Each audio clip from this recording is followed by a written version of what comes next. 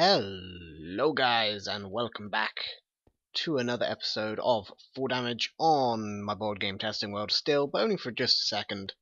You may be thinking a couple of things. You may be thinking, one, ads. This looks exactly the same as what you've been building for the past few episodes. To which I would say, you are wrong, and you should probably go watch the last few episodes. You may also say, ads. What is 2 plus 2? To which I would say, it is 4. You should probably go back to school.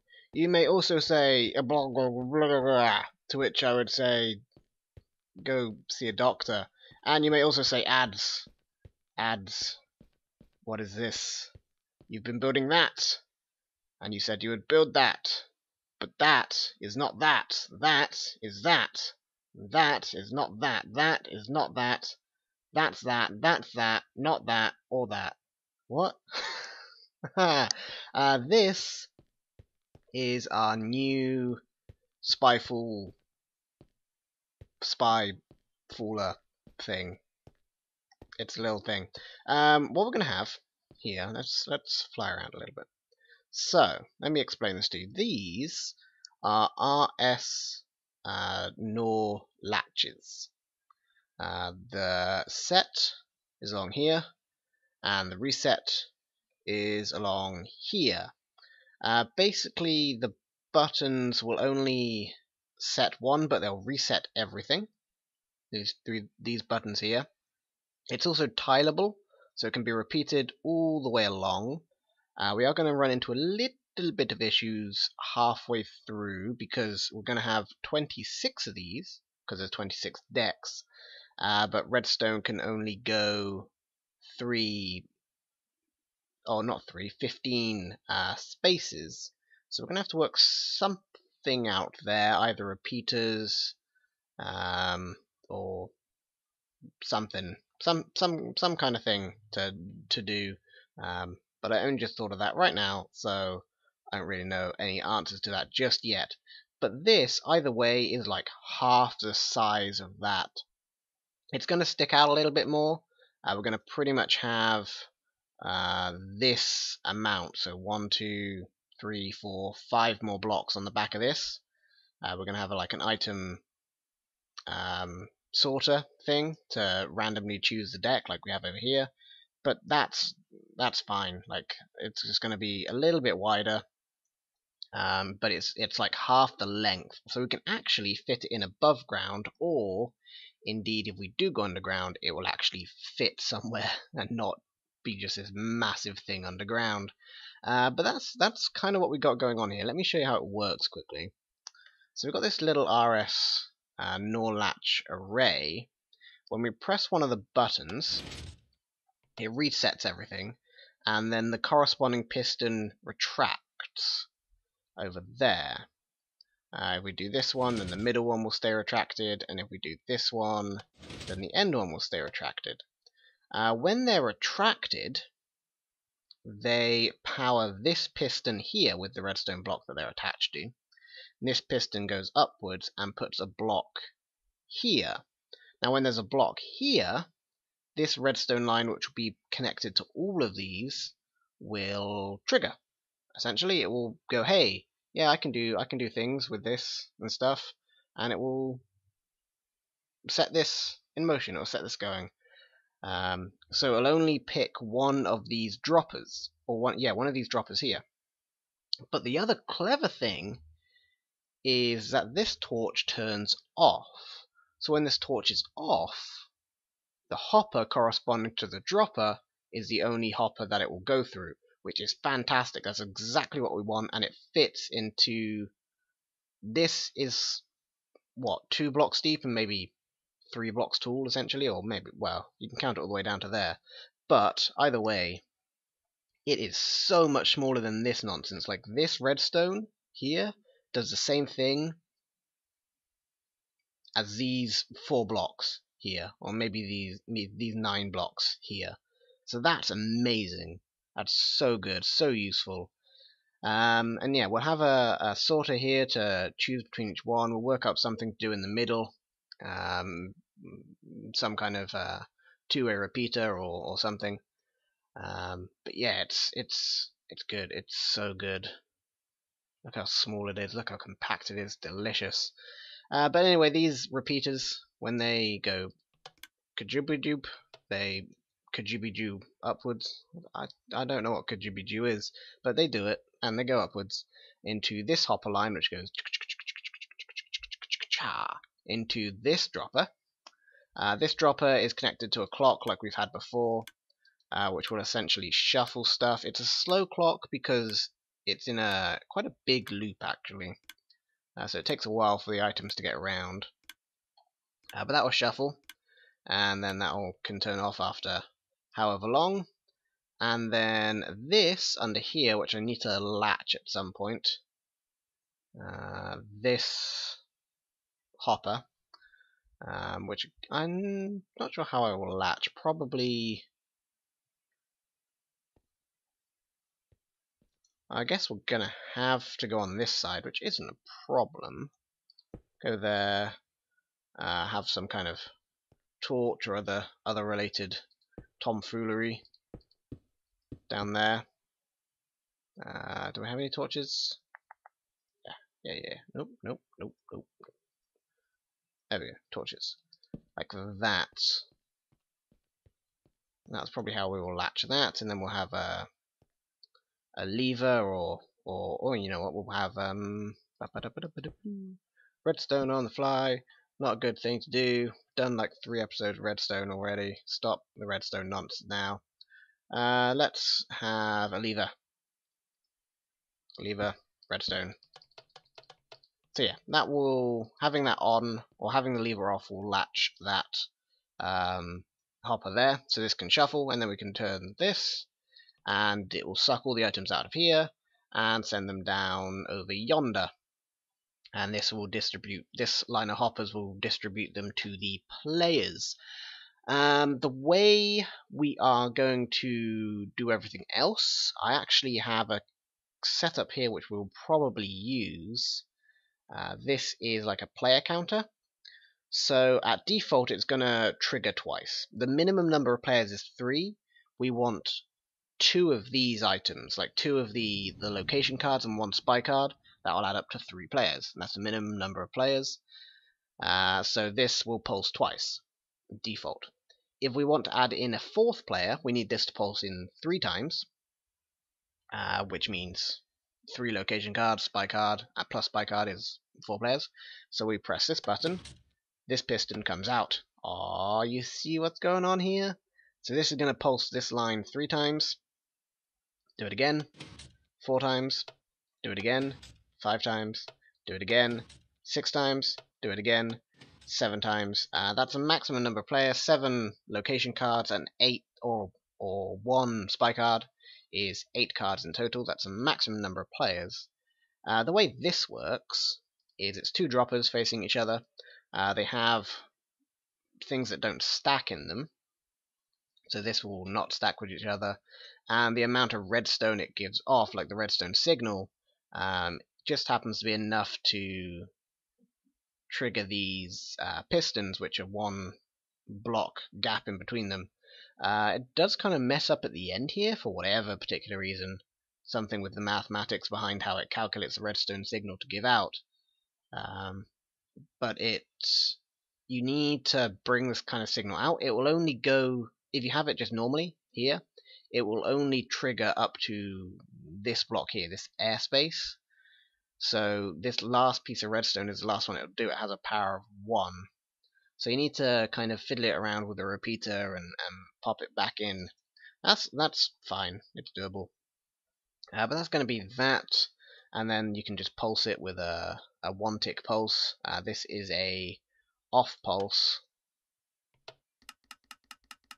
So see, it did it 7 times.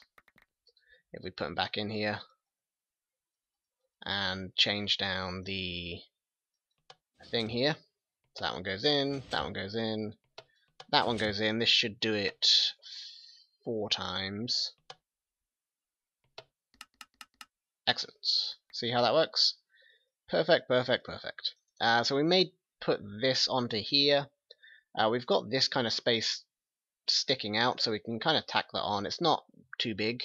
It's maybe, what, 12, maybe 15 blocks or so, by 5 or 6 blocks. Yeah, 7 blocks. Okay, yeah, that's fine. We can tack that on somewhere, even just underneath or something. Because we only need that line to just come up to this here. This is our part for triggering out these droppers. So we press that, it'll trigger just that one dropper.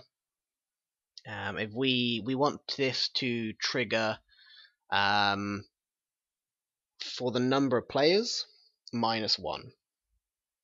So if we've got 7 players, we want 6 of those cards, and then again plus the 1 spy card.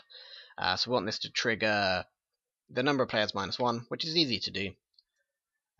We just need to again set up that little system there, and then wire it to some kind of display, and then the people can pick, I have X amount of players, do this. The other last thing is this line of hoppers here.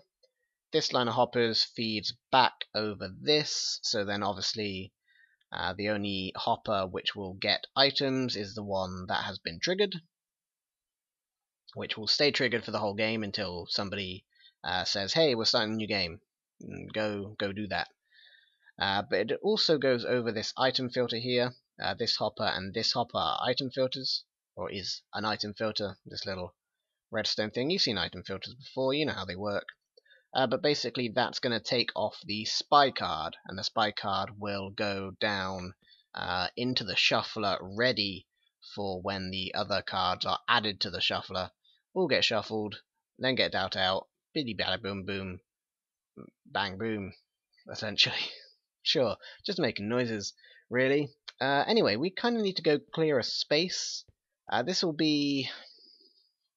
It was going to be around 30 interior space, I guess, with the 2-ray repeater. We actually have a 2-ray repeater over here, I think. Yeah, this is a 2-ray repeater, which will be 1, 2, 3, 4 more blocks. So if we have an interior space of around 35, that should be fantastic. And that also gives us an odd number, which is also good. So yeah, let's head on over to the Mindcrack server and go and do that. Okay, so we are back here on the Mindcrack server. Ooh, there's a creeper. There's a creeper, there's a creeper, there's a creeper, there's a creeper. Kapow! Kapow! Got him. Okay, so between this cobble and this cobble, non-inclusive, or this cobble and that cobble, kind of over there somewhere, non-inclusive, is a 35 block space. That's roughly the kind of space we're going to need. Is it this here? I don't know if somebody's planning on building something here, but tough. I am now. It's my claim. For reals. I don't know. Yeah, so this is 35 to 35 blocks. We need to go maybe 15 blocks deep, maybe, which would be interior space 1, 2, 3, 4, 5, 6, 7, 8, 9, 10, 11, 12, 13, 14, 15. So here, that's not too bad. We can even push this forward a few blocks. We can push this forward like several blocks actually. 1, 2, 3, 4, 5, 6, like 7 blocks at least. Let's do that. 1, 2, 3, 4, 5, 6, 7. Okay. 1, 2, 3, 4, 5, 6, 7. Let's go to this one.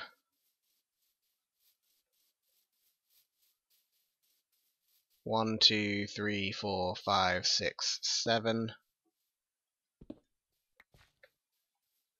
And let's put on that back corner too.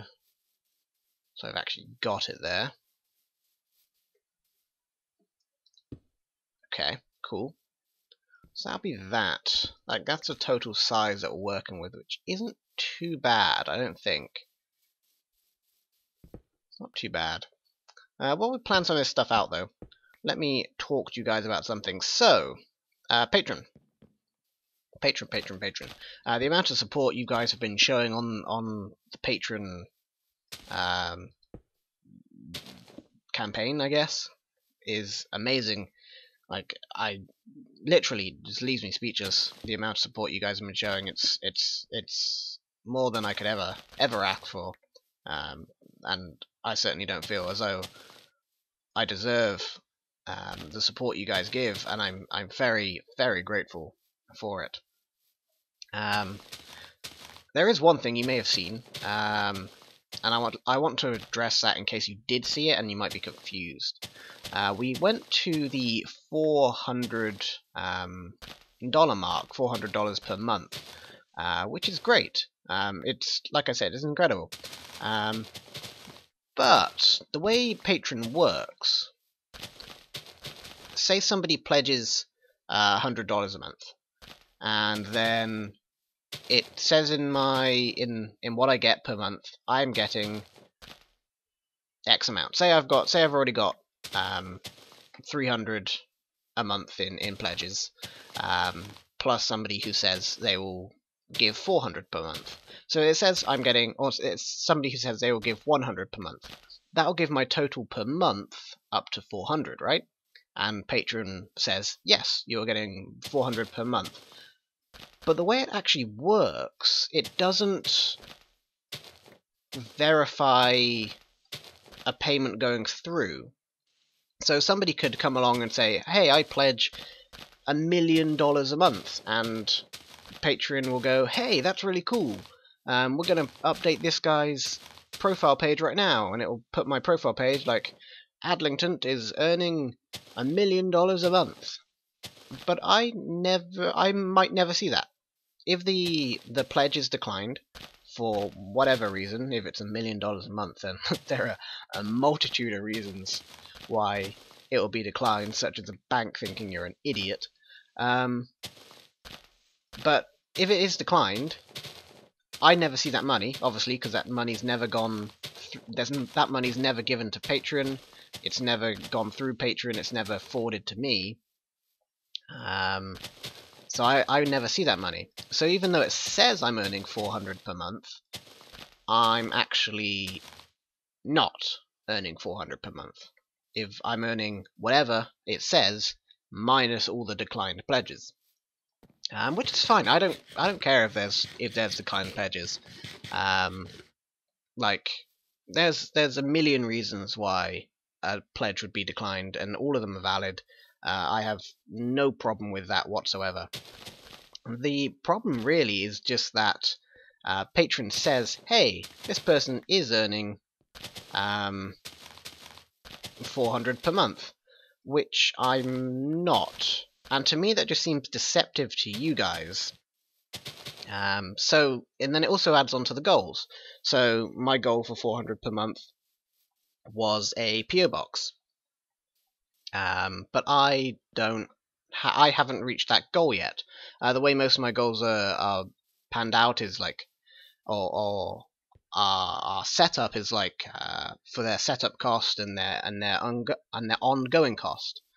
So say for a PO box, for a setup cost, I'm going to want some camera equipment and some lighting equipment to actually do it properly. Unlike my Loot Crate videos, which are just done on a table with a light in the ceiling. But anyway, the way I worked it out is with various setup costs. For example, if I had a goal of saying like I will vlog from every country in the world if I reach $1 a month, and I will eat a peanut in a live stream for $1 million a month, that wouldn't make any sense, right? Like the peanut should be the $1, and the going to every country and vlogging there should be the $1 million, right? For just the cost that it would have to do. Like that's the most financial, sensible way to do it. So the way I've set up the goals is kind of in increasing cost. Some of them they've been jiggled around a little bit and rounded to the nearest 100 and whatever. But for the most part, it's set up in a way that the higher the goal level, the more expensive it is for me to produce the content, right? So it says I've reached the 400 goal level. What it did yesterday. but I've since removed the declined pledge. And again, I have no problem with the declined pledge. If your pledge is declined, whatever. This pledge in particular has been there for 2 months, and it's been declined both of those months. I'm not going to name names or anything like that. I have no beef with the person whatsoever. It's just I want to be upfront with you guys about why it may have said 400. Like I have 400 now, and then you saw it go down to around 300. I just want to be upfront and blatant with you guys about why that is, and honest with you guys about why that is. But that's the reason. Basically, Patreon doesn't check that the money actually goes through before it says, hey, this person is earning this much per month. But yeah, that's just something I wanted to talk to you guys about. And Jesus, that took me a long time to talk about that and to talk about the redstone. Like, we're actually pretty much through an episode now. Let's do some quick stuff over here though. Let us. So we've got we're gonna have our item sorter, which is gonna be. Hello, kitty. Hoppers here. Other hoppers here. Right. Redstone, redstone, redstone. And then the RS NOR latches will be here.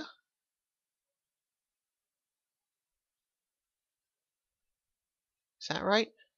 Am I thinking about this right? It might be here. It'll be in one of these places. So we'd have hopper, hopper, redstone, redstone, redstone.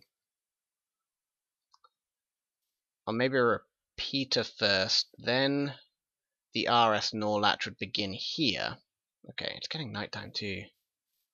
It's taking me a long time to talk about nonsense today, which I just wanted to get out of the way, really. Let's go have a nap.